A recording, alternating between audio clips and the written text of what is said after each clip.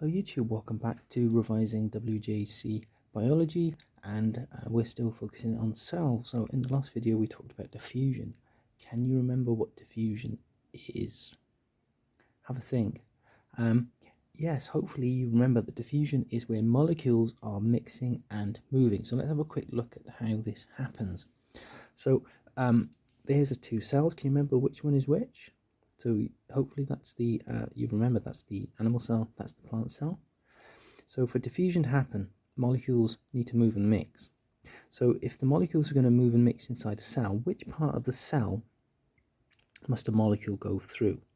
So when you point at your screen, which part must it go through? So it's got to go through the bit on the outside. So we've got the membrane and we've got the cell wall, which is the outside bit, and then the membrane, which is the inside bit on the plant cell. So the membrane on the animal cell, cell wall, membrane on the plant cell.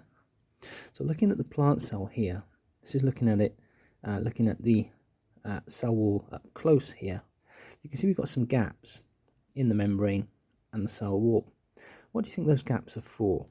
So you can see the gaps here, and we've got either side, we've got some water molecules, those little small dots, round ones, and then we've got the coloured in dots, the salt molecules. So what do you think the gaps are for? Have a think. Let's have a look. So they're to let molecules in and out of the cell. Right. So looking at that picture there, which molecules can move through the gaps? You can pause it and have a look, point at your screen, whatever you want to do. Looks like just those smaller ones could fit through those water molecules. Okay, so we now know how diffusion happens. It happens because we've got these gaps in the membrane or the cell wall of the plant cell, and it's letting water molecules pass through, but not the salt molecules. Right, what name do we give to molecules mixing and moving? Hopefully you can remember that from before. Diffusion.